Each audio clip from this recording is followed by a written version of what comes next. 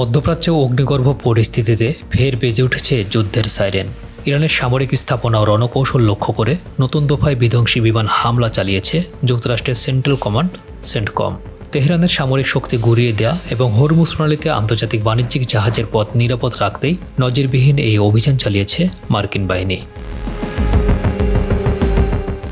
যুদ্ধের এই ডামাডোলে নতুন মাত্রা যোগ করেছে হোয়াইট হাউজের কঠোর অবস্থান।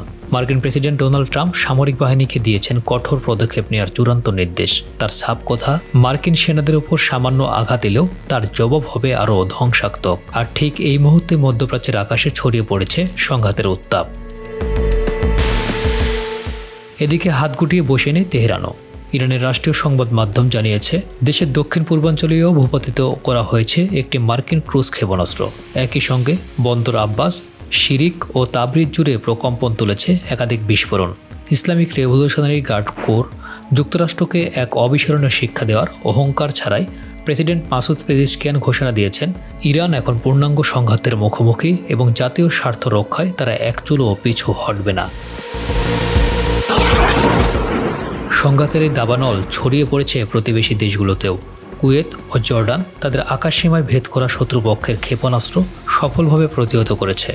আর বাহরাইনে বেজে উঠেছে ভয়ের সাইরেন। সেন্টকম ও তেহরানের পাল্টাপাল্টির দাবির সত্যতা স্থায়ীভাবে যাচাই করা না গেলেও আন্তর্জাতিক নিরাপত্তা বিশ্লেষকদের আশঙ্কা, এই ভয়াবহ মুখোমুখি অবস্থান কি মধ্যপ্রাচ্যকে এক সর্বনাশ যুদ্ধের দিকে ঠেলে দিচ্ছে।